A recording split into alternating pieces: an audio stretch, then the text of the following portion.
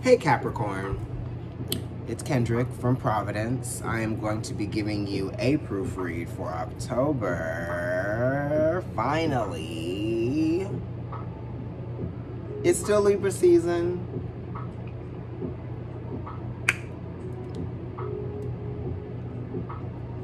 You like Libra, meaning your planet likes Libra. I mean, it's there and it does a lot of very good work with that sign. Takes a while, but we get there. Anyway, Capricorn, I am going to be using 3 decks today. The first one is going to be the Threads of Fate Oracle Rose Gold Edition. The second is going to be the Tarot of the Divine Masculine. And the third one is going to be Moonology Oracle. Okay, let's get into it. I'm going to shuffle these and then I'm going to cut them all on camera. So it's going to take a while. Your ruling planet is in Aquarius,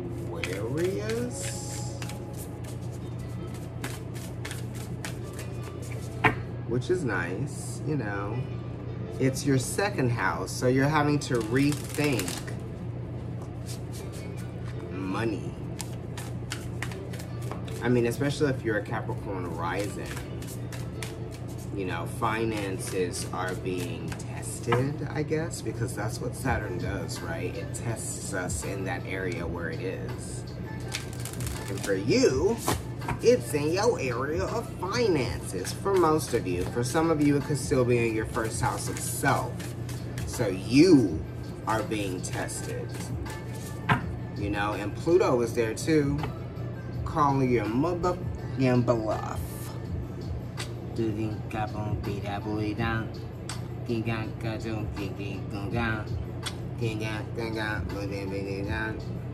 Okay, let's see what's going on with these tarots. That sounds like some kind of finger food. Can I have the tarots, please?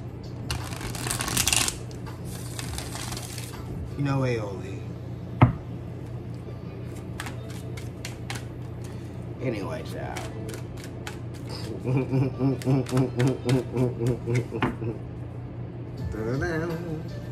What's going on? I want to know. Like, Capricorn, you know, y'all just kind of really be keeping y'all head down. Y'all don't really be noticing nothing. Y'all be in your own world sometimes. It's hard to get your attention. You just be so busy. Do you even know what's going on around you? That's why Aquarius comes after you, because it brings in the conscious awareness to the world around you and everything that's going on that you've been sort of like detached from. You know what I mean? But it's always been there. You just haven't noticed it.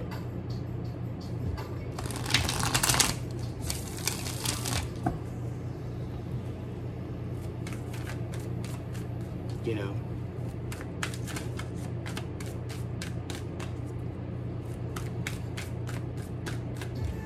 I'm just saying. I'm cutting these cards. Gang, gang, gang. Double Z. Okay, Moonology. I just got these. My sister actually got them for me, which I actually really love them. But I love her more. Ding, ding, ding. Ding, ding. Damn, they like don't want to be shuffled like that. But you know what? My left elbow keeps itching. My 2 first house planets are kind of control freaks, and they gonna shuffle the way I want them to. You better believe it.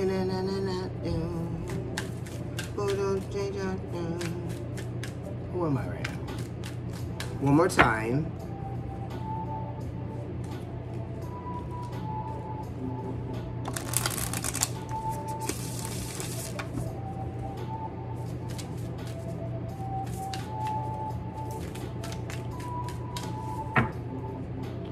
cut. the cut. Lisa left at Lopez.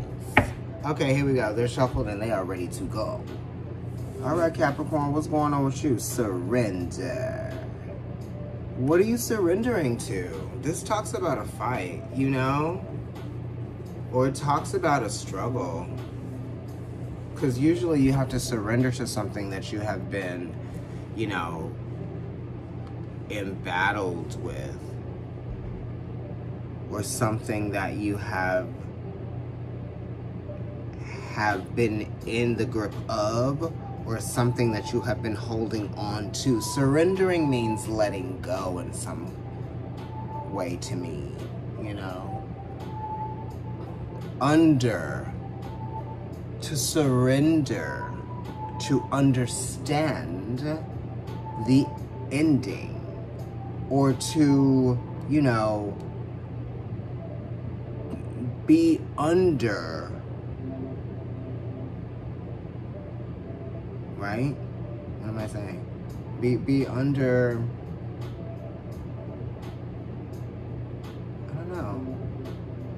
I don't know what I'm saying, but it's like you're not on top, right? Right, to be under, or to be on the bottom of something, you know, to be on the losing side, or taking the L, if you will.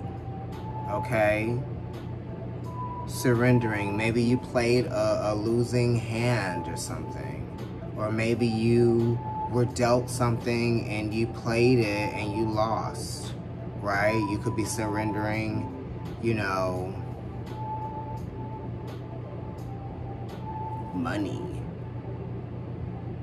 Maybe you're asking someone to surrender something to you. But, you know, this is more personal. This is very much like the relationship that you have with yourself. So you're definitely letting go of something. You're gonna, you know, you're gonna stop fighting whatever it is and accept it. That's what surrendering is as well. Accepting something that you have no control over.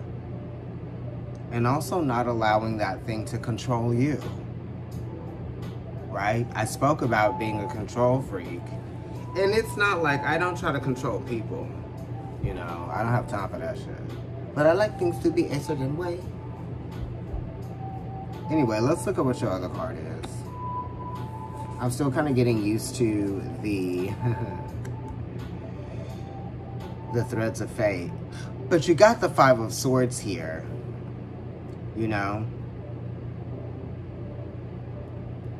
So you have to just understand that people aren't going to see you the way that you see yourself, okay?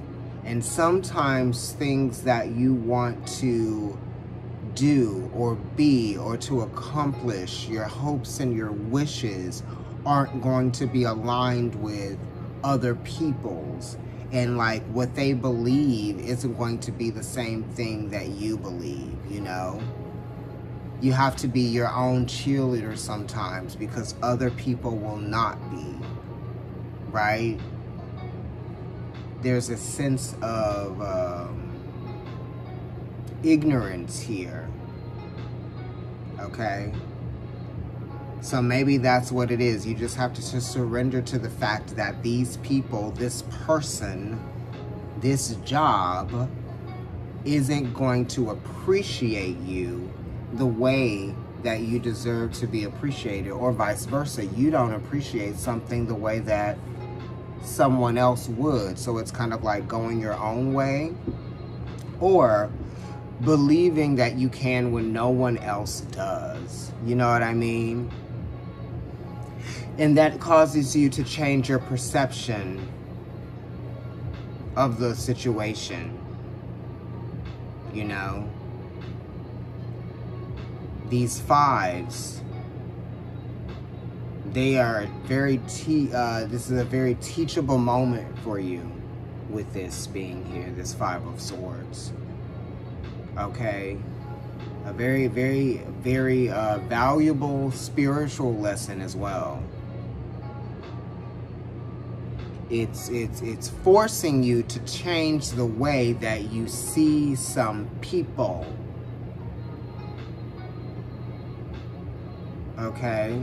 And it's also reminding you that you have to be your biggest support system, even when no one else is, you know?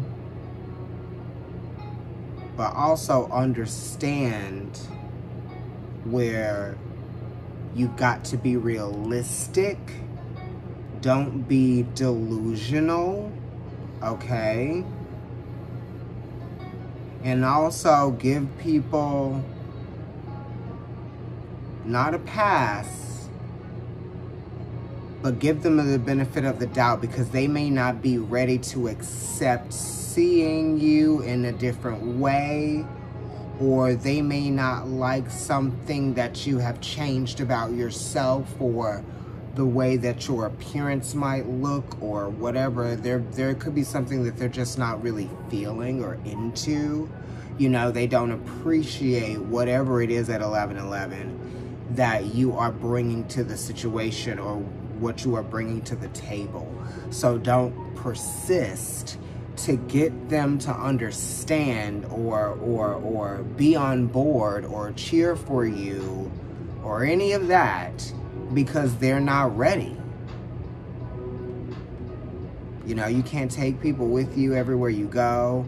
You know, you can't expect people to always understand why you're doing what it is that you're doing, or why you believe what it is that you believe, or, you know, what your hopes and wishes are. And, you know, they're not going to value your hopes and wishes the same way that you do. You know what I mean? They're just not. They can't put themselves in your shoes. Okay, so communication is key right here. So this is talking about, you know, this is new moon in Gemini, and the moon is in its detriment in Gemini.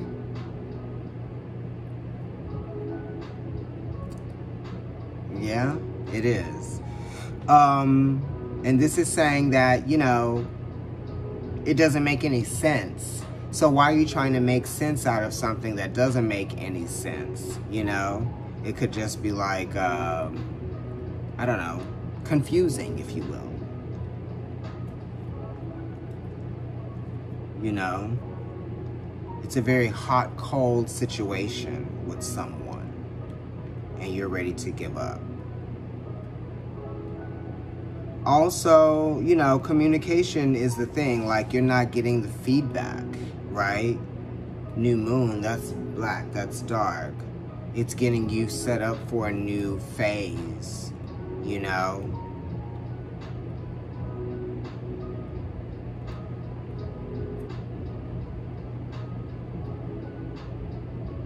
We're not, you know, don't try to overanalyze the situation so that you can come up with a reasonable conclusion as to why things are the way they are, because you need that to prove to yourself that it wasn't you, but it had to be some kind of reason why.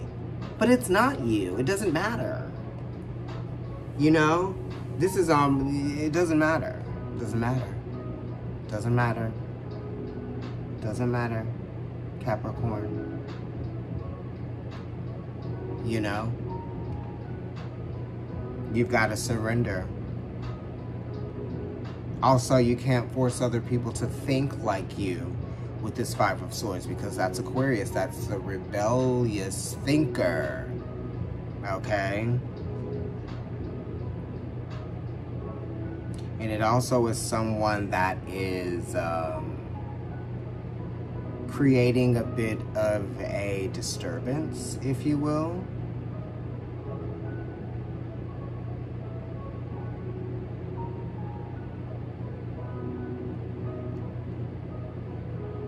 Yeah.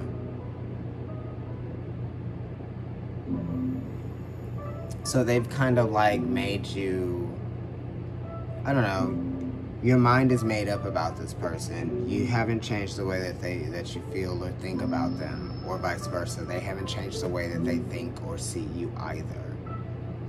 That's why it's fixed with the Five of Swords. So surrender to it. Bye.